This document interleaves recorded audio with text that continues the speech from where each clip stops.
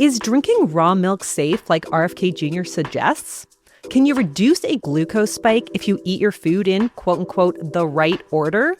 I'm registered dietitian Abby Sharp. I host a nutrition myth-busting podcast called Bite Back with Abby Sharp. And those are just some of the questions I tackle with qualified experts on my show.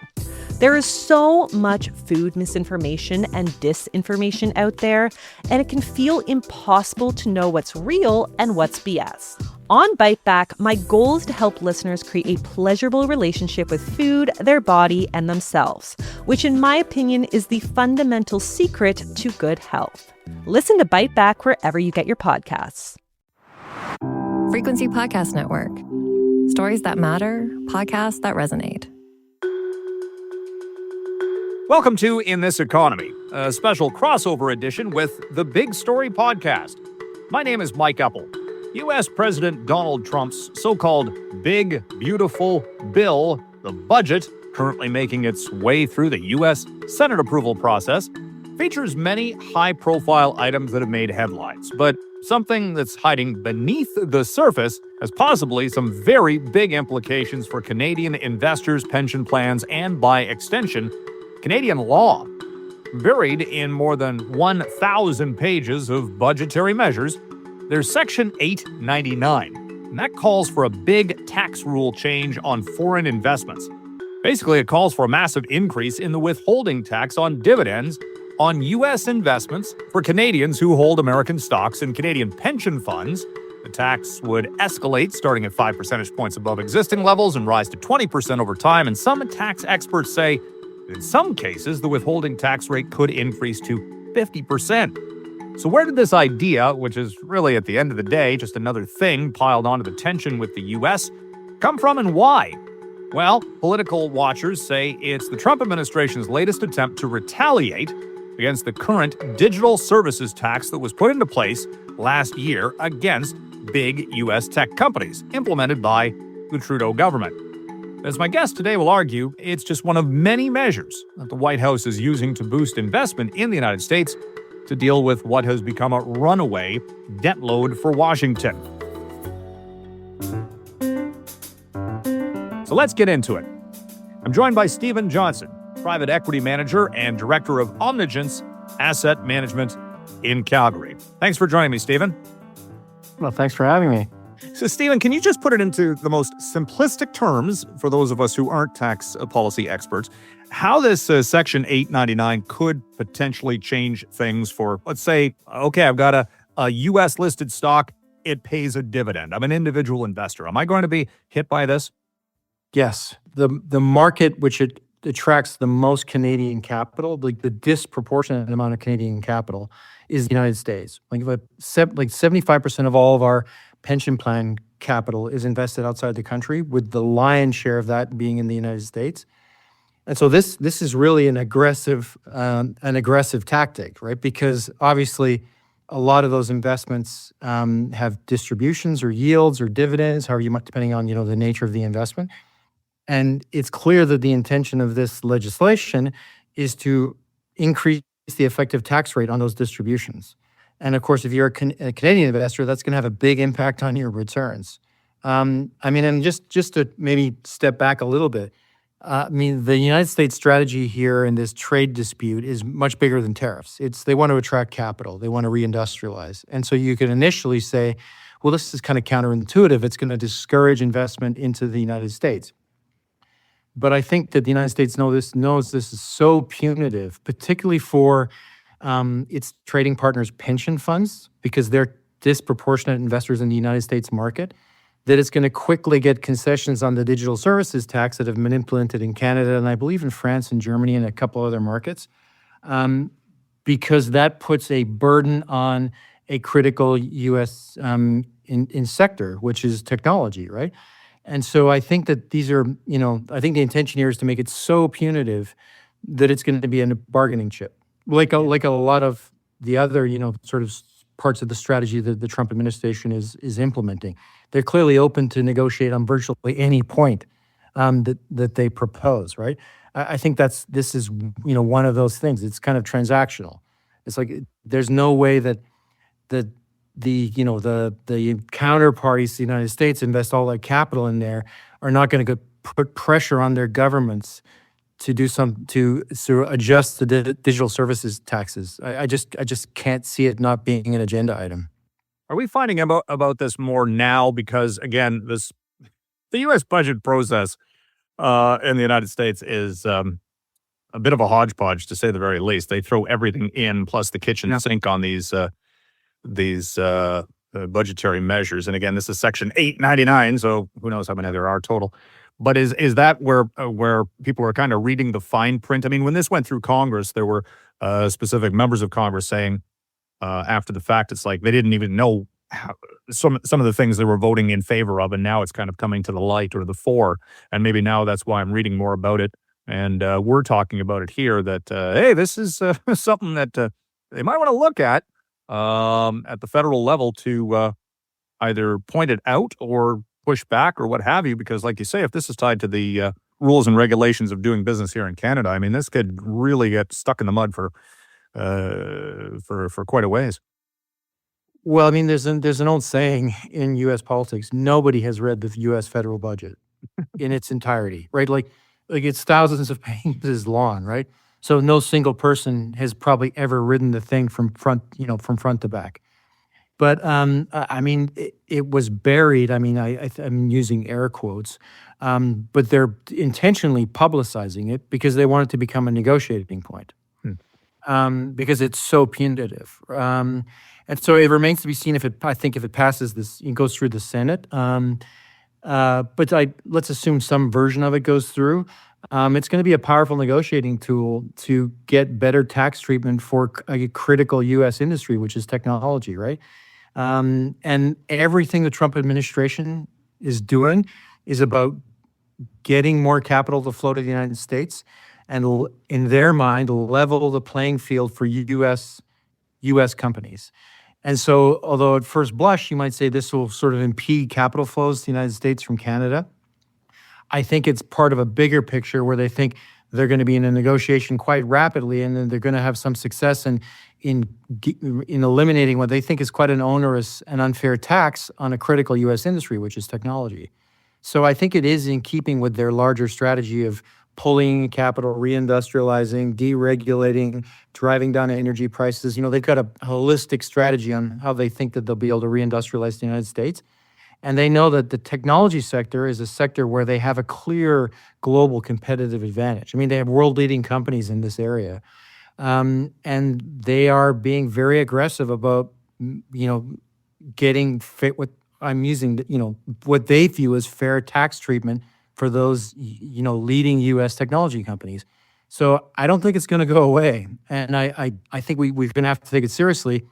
And, I don't think that the Canadian, investment sector, which is very skewed towards investing in the United States, can withstand, I think it escalates 5% every year for 4 years.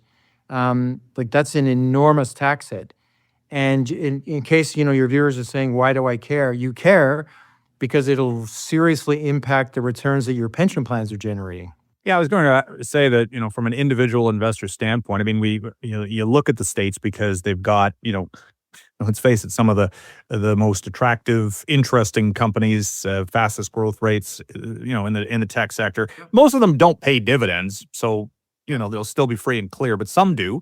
Apple, for example, does. But for an individual investor, okay, you can sell and avoid the hit, but like you say, for a pension plan that has billions of dollars tied up in, in real estate or what have you. I mean, the accounting mess that this could, upon the sale of any property, could be a massive multi-billion-dollar hit. It's trillions of dollars invested in the United States, and while technology companies obviously don't have dividends, lots of other things that people invest in the United States do. And, individuals, you and I and anybody listening can't shrug this off and saying, don't care, right? I'll sell off all U.S. investments that have dividends and I won't care. You still care because your pension plan doesn't have that luxury. They can't move around hundreds of billions of dollars, instantly, right? And so, I mean, the Trump administration actually There's the expression flooding the zone, where you just do so many things at once that your counterparties don't have time to react. Well, it's clearly the strategy they're following here. They're like, it's a multi-spectrum attack against their trading partners, and Canada included. On the tax side, on the regulatory side, like every single any avenue they can pursue, they're pursuing it. And I know it gets back to a concern I have about the Canadian response, is that while America's got a clear strategy, they want to reindustrialize, and they think it's going to require lower taxes, less regulation, lower energy prices, right? Competitive tax treatment. Canada just seems to be focused on getting the tariffs removed. And if we don't have a bigger, vision of what's going on here and start to make Canada more appealing to capital, the U.S. strategy is going to pull capital out of Canada, which will lower our growth rates while it's increasing theirs. And this latest salvo of this sort of withholding tax treatment just shows you how far they're willing to go to achieve their end. And their end is to pull in, to cannibalize the world's finite pool of capital, pull more of it into the United States in order to reindustrialize. And the flip side of that has to be lower growth in its counterparties' markets, unless they also start to have a strategy to make themselves more attractive to capital. And when I hear the political discourse in Canada, and there's a new government federally, it still doesn't seem to be recognizing that reality. Like, that we have to take the steps to compete with that, because Canada needs capital, because we have very poor growth rates as well, and we need to reindustrialize. And so America's being very explicit, like, we'll do anything to attract that capital and to penalize our trading partners and to cannibalize their capital. And I think that we need to start getting realistic about that. Otherwise, our growth rates, as poor as they are already, could get worse. Yeah. Well, I'm curious, but remains to be seen exactly how the Carney government will respond to this. I mean, the digital services tax is supposed to generate revenue for media and elsewhere, and it's 3%. It's not a huge onerous tax. Yeah, but surely we've learned one thing about the Trump administration. They're concerned about the quantums, but also the principles, right? Like, some things irritate them disproportionately to the economic effect. And I would suggest that that tax is meant to bring in $6 billion over the next 5 years. Mm-hmm. And the cost of this withholding tax, the first estimate I saw this morning, is $81 billion over 5 years. Yeah, so they're hitting us with a sledgehammer, basically. Yeah, so I mean, what would you rather have? $81 billion of extra taxes, or give up $6 billion of potential digital services tax revenue?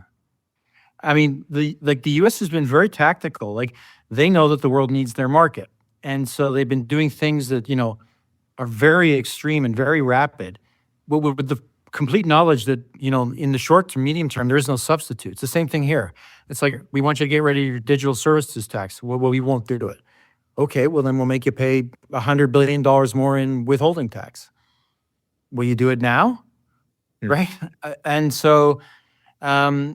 Yeah, I mean, and then I think the other thing we should be alive to is what's coming next, because this, once again, is a multi-spectrum economic strategy. Like, where they will use every single tool at their disposal. I would suggest you'll see intellectual property next, cross-border health and safety inspections, but surely intellectual property disputes will be coming. They don't like the way that there's reciprocal enforcement of intellectual property rights in the EU and China. But they've clearly thought this through. They're going to use every tool at their disposal. And meanwhile, on our side of the negotiating table, we just seem to only focus on tariffs.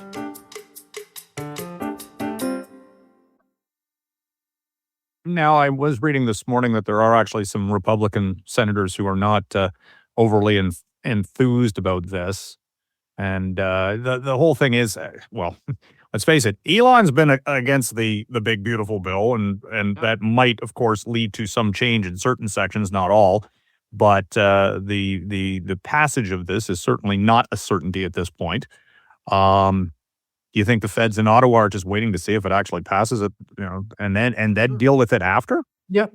I mean, I of course they are. They've been reactive through this whole process. That's the problem. like, let's see if this passes. I can assure you that if it doesn't, something else will there'll be another like salvo in a different area using a different tool. Because until everybody starts to realize that the ultimate goal of the United States is to get more of the world's finite pool of investment capital to reindustrialize and increase growth rates. I mean, Elon Musk said it himself. If we don't cut the deficit and we don't reduce the federal debt, the only way out of our debt crisis is growth, right? I mean, Trump and Elon Musk are in a complete agreement like that on that. They have to grow to solve the debt problem, and they have to. And if they want to reindustrialize, that of course a priori will cause growth. And so they're like, we should be using our imagination. What other things can they do in order to further that aim? And sorry, I keep repeating it because we're just being reactive all the time. It's like, what can Canada do to make itself more attractive to capital? Because America is trying to get more of the world's limited supply. And if they're successful, and they're clearly going to pull capital out of Canada, because Canada has the problem, that if you're going to build a plant in Canada to service the North American market, build it in Canada or the United States. Where would you build it today? United States, obviously, right? Same language, same legal systems, very similar countries from the business perspective. But of course, inside the U.S. tariff wall, inside the U.S. tax wall, inside the U.S. Energy pricing wall, however you want to describe it. And so, like, just what they proposed today is going to have a very negative impact on the foreign direct investment in Canada. And we need to start taking it seriously because it takes lots of years to attract capital. And if you lose it, it's gone forever. If you lose hundreds of billions of dollars of capital and it sets up plants in the United States, they're not suddenly going to turn around and move back to Canada anytime soon. And so you have to be very proactive on making sure that you don't lose access to capital. And Canada has very limited very poor foreign direct investment anyway. I mean, the market is perceived as hostile to capital. And now America's making it worse. We really need to have a national strategy to attract capital. And I don't see it or hear it. You were talking about how pension funds, I mean, they'll be having to figure this out longer term, but are you in advance of the possible implementation of this? And they're saying if it's passed, it would go into effect likely January 1st of next year. Are you positioning your clients in any way, shape, or form, portfolios in anticipation of it being put into effect? No. I mean, the trouble is there's so much is in flux today that positioning based on a press release is impossible. And it's not how we operate our fund anyway. We look for strategies that are deeply discounted, have very long-term, strong macro drivers, and we invest only in alternatives, like in private companies and farmland. And so we've picked sectors that are largely insulated from Canada's poor growth prospects, like stagflation, which is what we forecast, and it's what Canada has, and it's what the trade war with the United States is going to make worse. Our strategies actually benefit from stagflation. Like, you can find things that benefit from elevated inflation and low growth. Because, the trade war is kind of like headline risk, right? It's noise. The bottom line is Canada has a stagflation problem. The trade war with the United States is going to make it worse, but it didn't cause it. Canada has had very poor growth for decades and above trend inflation for the last 10 years. And we expect those macro conditions to continue for at least a decade, probably two. It takes a long time to fix. And so we've been positioned to generate returns in that world for, almost 10 years. And so we've been doing extremely well because we don't need middle-class growth to generate returns. Stagflation tends to damage the middle class. And we have strategies that benefit from, elevated inflation. And so, sorry, that's a long-winded answer, but the answer is no, because eventually, the tariffs may come down and this tax may go and, whatever. The thing you need to focus on is if all this is successful, there'll be less capital in Canada and more in the United States. And what does that mean for Canada? It means lower growth.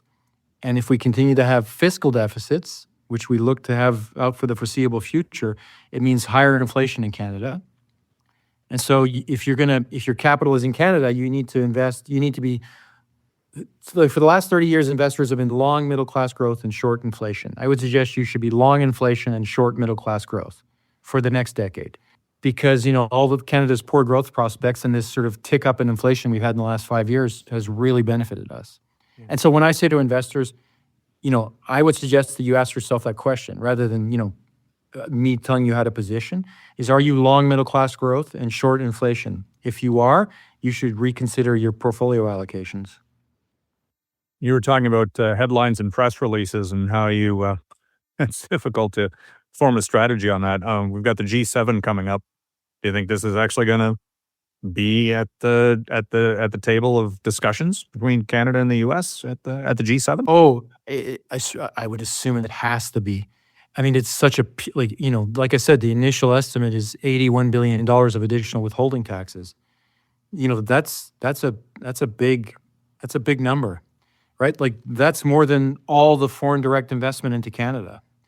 And so, it's meant to be a big number. It's meant to demand a negotiation. The Trudeau administration basically just completely rebuffed the U.S. and said, forget it. We're just going to unilaterally impose a digital services tax. We're not going to discuss it. And and that was the Biden administration, right? And it irritated them a lot. And Trump has just basically said, we're gonna do something so egregious that you will have to come to the table and discuss this tax. Well, we'll see. We'll see if there's some sort of a communique or any discussion where they actually directly talk about it, as opposed to just behind closed doors and try to get this all removed. I don't know. They're not going to lift the digital services tax at the G7. I mean, that's not how it's going to work, is it?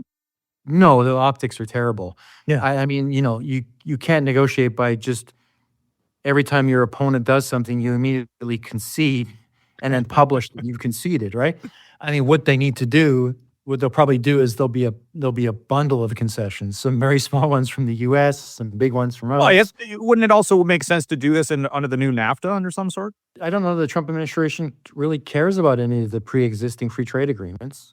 They just view them all as, I'm not privy to what they discuss, right? But if I just look at how they describe them all, they just have the view that the current global trading arrangement, including all the global trading agreements and the global flow of capital and the global flow of goods and services and tariffs and the various tax treatments that U.S. companies get, they just view the whole thing as being punitive to the United States. That includes trade agreements, right? And trade agreements are just mutually voidable contractual arrangements between countries, if you want to describe them like that, right? Mm-hmm. And they get amended and they get revoked all the time, right? When countries feel that they no longer serve their purposes. And if the Trump administration has signaled anything, it's just what I described. They basically view, on every level, tax, tariffs, capital flows, goods and services flows, as being disadvantageous to the United States. And so they will do anything that they can to fix that. Like every significant manufacturing country in the world runs a trade surplus with the United States, right? And the United States is the one country that runs a massive current account deficit every year. And it funds the gap with debt. Like it borrows money, both at the Fed, like the government level and in the private sector. That's how you fund that gap. Like they consume more than they produce. They import more goods than they produce, and you have to fund the difference with debt. Well, it goes without saying that eventually you go broke doing that.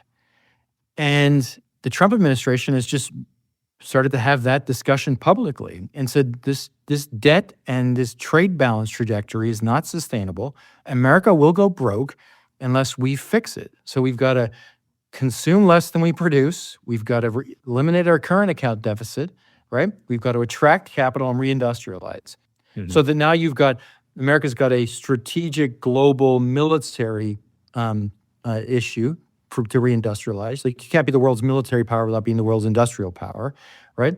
And they've got an economic reason, they need to reindustrialize to generate growth. And now they've got a debt reason to reindustrialize. And so I would suggest that this is for all of America's trading partners, this is a multi-decade problem because this change in America's attitude isn't going away when the Trump administration is gone. The Democrats will get on board because they're going to run out of money to pay entitlements. And so they need to grow in order to protect entitlements. And they get the Republicans on board because they believe that they need to reindustrialize to be a global military power. And so I think you're going to get a consensus. And that spells problems for all of the U.S.'s trading partners. Yeah. It's not going away. Like people think, oh, please, the Trump administration will be gone in a few years and everything will go back to normal. I don't think that's the case. At the end of the day, you still kind of want to have good or positive trading relationships. No, not one based on animosity. You do, Yeah. in an ideal world. But when you're facing the existential threat of a currency crisis and a debt crisis, and deindustrialization, the niceties go out of the window. That's the problem. It's like America, sensible people in the United States are going, on our current trajectory, how much longer do we have, right? And so they're saying, we have a bit of time here, but we don't have a lot. And so we're going to have to take extreme action. Yeah. And unfortunately, it's with longstanding trading partners. There is no way to avoid this dispute. And because they need to make the changes so quickly that it's confrontational. And a certain amount of it is, like you said, it's flooding the zone, right? And so, hey, we're going to put a 300% tax on you. Okay, we're going to put a 10% tax on you. How does that sound? Okay, 10% sounds better. It's like every time you wake up, there's a different point of attack, right? But I think people aren't taking the right message away from it. They view it as controlled chaos. What they should view it as is somebody who's now saying, oh my goodness, we are in dire straits. Everybody on my team, figure out a way to solve some small part of this problem and use any tool at your disposal. And extreme ideas are welcome. I gotta leave it there, Stephen. Okay. The G7's coming up. We will see how if there are smiles at the end of it or more animosity, because some of these of the G7, G8, they've kind of gone off the rails on a couple of occasions in the previous Trump version 1.0. So what's your bet? I'm going to say that if there's any meeting that could go off the rails, it's this one. So I'm going to bet there are some surprises. Indeed. Good talking to you. We'll follow up, okay? Okay, sounds good. Thanks. Thank you. Bye-bye. That was Stephen Johnston, private equity manager and director of Omnigence Asset Management in Calgary. You've been listening to In This Economy. Thank you for listening. My name is Mike Eppel. If you have any questions or story ideas or just some comments on this episode, you can email me at mike.eppel@rci.rogers.com. Follow us on X on our partner podcast @TheBigStoryFPN. Or leave a voicemail at 416-935-5935. On X, social media, my handle is @Eppman, EPPMAN. You can also find us on the Seeker app. Please rate, review, follow, and share. Again, thanks for listening.